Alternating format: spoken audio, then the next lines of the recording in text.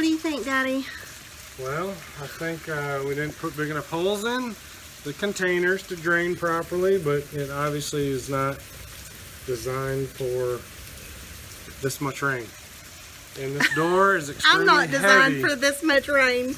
Yes, the door is extremely heavy. So as you can tell, we've moved it under the carport to allow it to catch up in the draining department. Epic fail number one.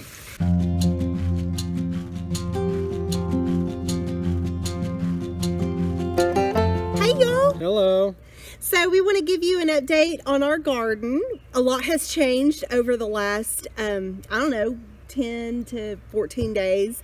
Of course, our things are growing and we're getting some buds and things like that. But I guess the biggest thing is that John William and Eric built us a new raised bed. So yeah, we do a raised bed gardening here because the ground here gets so saturated and holds moisture and kind of stays flooded for a long time. So we're using a raised bed method. It's a 4 by 8 foot raised bed, 10 inches deep. We use string to divide up the squares, and you'll see that here in a little bit. We've moved the bucket system to the end of the 4 by 8 raised bed so they get more direct sun longer periods of the day. You'll see the area where the bulk of where our garden set was in a lot of shade, and we just felt they needed more sunlight, direct sunlight for longer periods of time.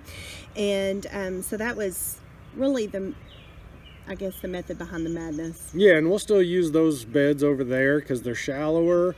We're going to use them for salad type stuff, lettuces, kale, whatnot. So yeah, let's take a look.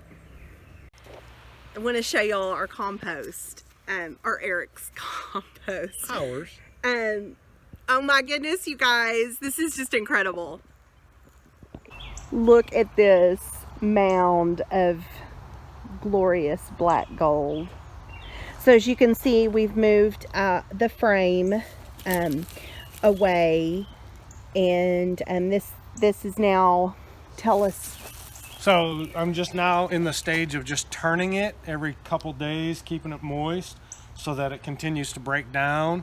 The second bin over there, we've already got some leaves in there, and that's where we've put some garden type scraps or whatnot. But lately I've started a vermicompost bin, so this will be for just grass and leaves now, and our vermicompost will be where all of our kitchen scraps and all that stuff go. And for those of us that have no idea what vermicomposting is, vermicomposting is using worms, red wigglers. You'll see a video coming out on how I built the bin system, but vermicompost is where you use red wiggler worms. You can use night crawlers if you choose to, but to decompose or compost your kitchen scraps and whatnot. But you get to use the worms for other things on the garden, or feeding chickens or fishing if you choose to use them for that. But it's just a good compost style. Let's face it, we're raising worms for our chickens. Our girls love their worms. So here we got our smaller raised beds where we've got salad type stuff growing, lettuces, radishes, carrots. So as you can see, we've already harvested a few of the radishes. The carrots are looking good in this bed, and they're growing fine over there. As you can see, our buckets were all sitting right here in this space, so we've moved that over here. We'll get to that in a minute. And I've already taken everything out, but I came across this herb growing kit. It's a total impulse buy because it was not on my list, but I'm really excited about it. And so I love the idea of having all of my herbs close to the kitchen, but you know, we're in this rental. We don't really know what our future holds, you know, for the next 6 to 18 months, and not wanting to put anything permanent either in the ground to grow or to build. So I thought these would be a really cool thing. I am going to purchase one more. for rosemary. So this comes with basil, cilantro, and mint, and I'm going to purchase one more to put rosemary in, just because those are the 4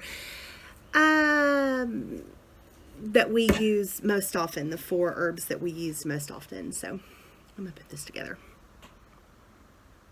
Okay, so we finished these mason jars, and they were super simple, super easy. I have them sitting in my kitchen window right now, and I've kind of got a farm kitchen going on, so I kind of like them sitting there. I had talked to Eric earlier about maybe building me something. I don't know, but I think it would kind of be cute. It would be pretty and aesthetic. So we finished those. What do you think, Jack? Is it good? Mm-hmm. Do you like cilantro in your pico de gallo? Yeah. Do you like basil in lasagna and spaghetti? And we like mint lemonade, huh?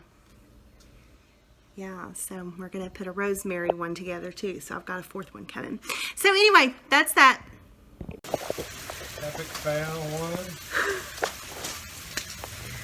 So it is, I mean, pouring down here in Southern Virginia. Y'all see our lawn? I don't know if I'll be able to show you, but this is under the carport of our garage back here. I mean, it is just soaking. You'll see that? I mean, standing water our poor little garden. Oh my goodness. But you guys, my herb garden. Look at this. Look at this. My chives. You guys, I don't even know, y'all. So here is our outdoor herb garden right now. This is, I don't know, a week and a half, maybe closer to 2 weeks after all the rain that came.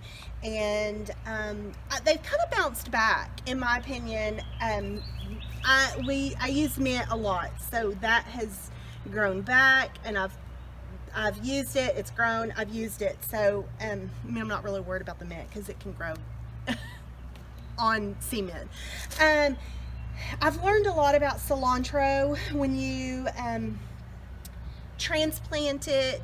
You know, we bought it at a big box store and came home and planted it, and it doesn't last very long doing that. So we pruned it a little bit this morning, Eric did, but it's sad. It's seen better days. So but I'm planting that new cilantro indoor, so, and that's from seed, from birth. So hopefully we'll get some goodness out of that.